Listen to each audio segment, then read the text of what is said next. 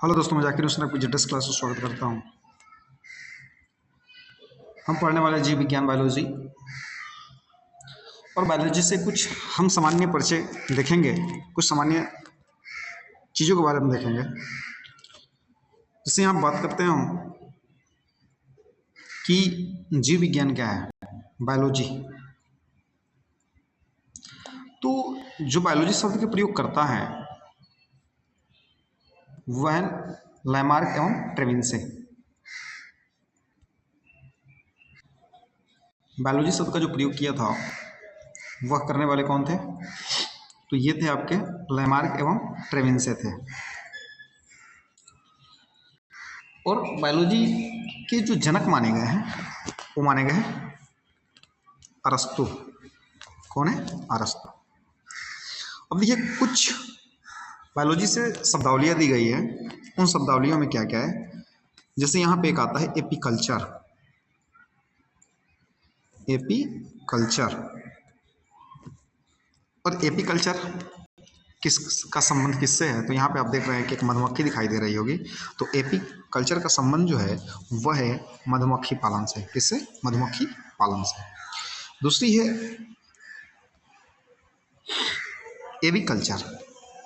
और एविकल्चर में किसका अध्ययन किया जाता है? कल्चर जो है किसके बारे में है? तो ये है पक्षी, आपको दिख रही है, पक्षी पालन से। किससे? पक्षी पालन से। दूसरा है पीसी कल्चर। पीसी कल्चर में किसका अध्ययन करते हैं हम? तो पीसी कल्चर में जो होता है किसके बारे में होता है? पीसी कल्चर का संबंध मछली पालन से है। सेरीकल्चर, सेरीकल्चर का संबंध जो है रेशम कीट से है। सिल्वीकल्चर, इसका संबंध जो है वनवर्धन से। किससे होता है? वनवर्धन से होता है। सिल्वीकल्चर का संबंध वन वर्धन से है। जबकि आता है ओलेरी कल्चर। ओलेरी कल्चर का संबंध किससे है? तो इसका संबंध जो है सब्जियों की कृषि करने। सब्जियों की कृषि का अध्ययन जो है किस में करते हैं? ओलेरी कल्चर में। जबकि हॉर्टिकल्चर, हॉर्टिक हॉर्टिकल्चर में जो है किसका है? तो बागवानी का संबंध है। पोमोलॉजी, फलों की खेती की जाती है, खेती के बारे में जानकारी मिलती है। विटीकल्चर का संबंध जो है अंगूर से है। विटीकल्चर का संबंध किससे है? अंगूर से। और एग्रोनॉमी का संबंध जो है फसलों की खेती से है। यहाँ पे हमने देखा कि प्रमुख शब्दावलियाँ क्या क्या है कि एपीकल्चर, एविकल्चर। मतलब एपीकल्चर यदि बताया जाए तो हमको समझ आना चाहिए कि एपीकल्चर का संबंध जो है किसे? मधुमक्खी पालन से। मतलब मधुमक्खियों को कैसे पाला जाता है, कैसे उनका ट्रीट किया जाता है। अब देखते हैं यहाँ पे कि जीव विज्ञान की प्रमुख शाखाएं। जीव विज्ञान की प्रमुख शाखाएं कौन कौन सी हैं? अब यहाँ पे है हमारा क्या? जूलॉजी।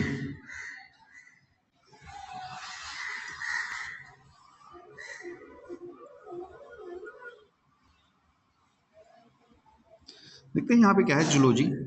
तो जूलॉजी में हम देख रहे हैं यहाँ पे कि पहला आता है जूलॉजी। जूलॉजी का अध्ययन, जूलॉजी में किसका अध्ययन करते हैं? तो हम जंतुओं का अध्ययन किया जाता है। जंतुओं का अध्ययन किया जाता है। ये जीव विज्ञान की शाखाएं हैं। दूसरी आती है हमारी बॉटनी। कौन है? बॉटनी। तो बॉटनी में किसका अध्ययन करते हैं? पादपों का अध्ययन। बॉटनी में किसका अध्ययन करते हैं? पादपों का अध्ययन करते हैं। पैडोलॉजी, पैडोलॉजी में किसका अध्ययन करते हैं? मिट्टी के बारे में अध्ययन की जाती है, मिट्टी के बारे में जानकारी प्राप्त की जाती है।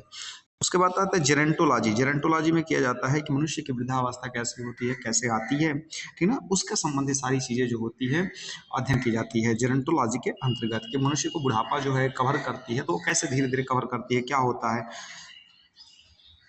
ऑस्टियोलॉजी, ऑस्टियोलॉजी के अंतर्गत जो है हड्डियों के बारे में अध्ययन करते हैं। हड्डियों के अध्ययन करते हैं, ठीक है ना, कि हड्डियों के अंतर्गत क्या क्या पाया जाता है, हड्डियाँ जो होती है कैसे मजबूत होती है, हड्डियों का निर्माण कैसे होता है, ये सारी चीज़ें। उसके बाद आता है डर्मेटोलॉजी। डर्मेटोलॉजी क्या होता है? तो त्वचा का संबंध है, ठीक है ना। हम त्वचा के बारे में अध्ययन करते हैं कि त्वचा की कितनी परतें होती है, त्वचा जो होती है किससे बनता है, तो ये अनेकों बीमारियां कैसे हो सकती हैं, इन सारी चीज़ों के बारे में अध्ययन करते हैं। उसके बाद आता है ट्रोपोलॉजी। ट्रोपोलॉजी में किसका अध्ययन करते हैं? तो पोषण विधियों का अध्ययन करते हैं। पोषण विधि ट्रोपोलॉजी के अंतर्गत जो है हम पोषण विधियों का अंतर्गत एक, जैसे हम किसी प्राणी या किसी जीव जंतुओं को पोषण कैसे प्रदान कर सके कि उसकी जो किसी प्रकार की बीमारी ना हो। उसके बाद हर्पेटोलॉजी। हर्पेटोलॉजी का के अंतर्गत जो होता है उभयचर सरीसृपों का अध्ययन करते हैं। किसका अध्ययन करते हैं? उभयचर सरीसृपों का अध्ययन करते हैं। और यहाँ पे हम देखते हैं अब आता है कुछ जैव विकास संबंधी कुछ प्रमुख सिद्धांत दिए गए हैं। उन सिद्धांतों में किनके किनके सिद्धांत है, तो देखिए इसमें आया है लैमार्कवाद का सिद्धांत है, ठीक है। लैमार्कवाद का सिद्धांत है आपके पास सामने, लैमार्कवाद, डार्विनवाद, ठीक है, डार्विनवाद हो गया, फिर उत्परिवर्तनवाद हो गया। ये देखिए अब लैमार्कवाद, देखिए यहाँ से क्वेश्चन जो है मतलब मोस्ट इंपॉर्टेंट क्वेश्चन है। तो लैमार्कवाद का जनक कौन, लैमार्कवाद इसके जनक कौन है, तो फ्रांसीसी वैज्ञानिक कौन थे, फ्रांसीसी वैज्ञानिक जीन बैप्टिस्टे डी लैमार्क है। इनकी पुस्तक कौन सी है, तो फिलॉसफी जूलॉजिकल। मतलब लैमार्कवाद की पुस्तक का नाम क्या है, तो फिलॉसफी जूलॉजिकल है। इनके अन्य नाम उपार्जित लक्षणों की, मतलब लैमार्कवाद ने जो अन्य नाम दिया गया वो क्या नाम है, तो उपार्जित लक्षणों के वंशागति का सिद्धांत। उदाहरण क्या था कि जिराफ की गर्दन का लंबा होना, सांप के पैर का गायब हो जाना, ठीक है ना। उन्होंने बताया कि जिस चीज़ों को हम लगातार करते रहते हैं वो, जैसे पहले क्या होते थे, जिराफ बहुत छोटे हुआ करते थे, लेकिन भोजन की अभाव में वनस्पतियाँ खत्म होने लगी, तो भोजन की अभाव में उनको अपने पैरों को और उनकी गर्दनों को जो है सीधा तन करके अपने भोजन को क्या करना पड़ता था, पकड़ना पड़ता था, मतलब पत्तियों को खाना पड़ता था। तो पेड़ धीरे धीरे क्या होने लगे, मतलब नीचे की पत्तियाँ जब खत्म हो जाती थी तो अपनी भूख मिटाने के लिए अपने अगले पैर को उठाते थे, साथ ही साथ जो है अपने सिर को ऊपर करते थे, जिसकी वजह से जो है इनके गर्दन क्या हो गई, लंबी हो गई। वैसे ही जो सरीसृप है, सरीसृप क्या होते थे कि लंबे पैर होने पैर तो होते थे, लेकिन इनकी शरीर लंबी इतनी होती थी कि इनके पैर शरीर जो था, इनका पैर जो था, सर्पों का पैर जो था सरीसृपों के भार को वजन नहीं कर पाता था। इसकी वजह से धीरे धीरे लगातार प्रयोग करने से वो क्या हो गया, खत्म हो गया, उनके पैर जो है टूट कर गिर गए। डार्विनवाद का जनक कौन है, तो ब्रिटिश वैज्ञानिक चार्ल्स डार्विन है। डार्विनवाद के जनक कौन है, तो ब्रिटिश वैज्ञानिक हैं जो चार्ल्स डार्विन है। और इनकी पुस्तक का नाम क्या है, चार्ल्स डार्विन की एक पुस्तक है जो है प्राकृतिक चुनाव द्वारा जातियों की उत्पत्ति, जो 1859 में लिखा गया। इनका अन्य नाम क्या है, डार्विनवाद का अन्य नाम दिया है प्राकृतिक वर्णवाद है, थ्योरी ऑफ नेचुरल सिलेक्शन है। यहाँ पे देखिए survival of the best fittest का सिद्धांत, मतलब लैमार्कवाद जो है चार्ल्स डार्विन ने कौन सा चार्ल्स डार्विन ने कौन सा सिद्धांत दिया था, तो सर्वाइवल ऑफ द फिटेस्ट का सिद्धांत दिया। उसके बाद उत्परिवर्तनवाद, उत्परिवर्तनवाद का मतलब क्या होता है, परिवर्तन, ठीक ना।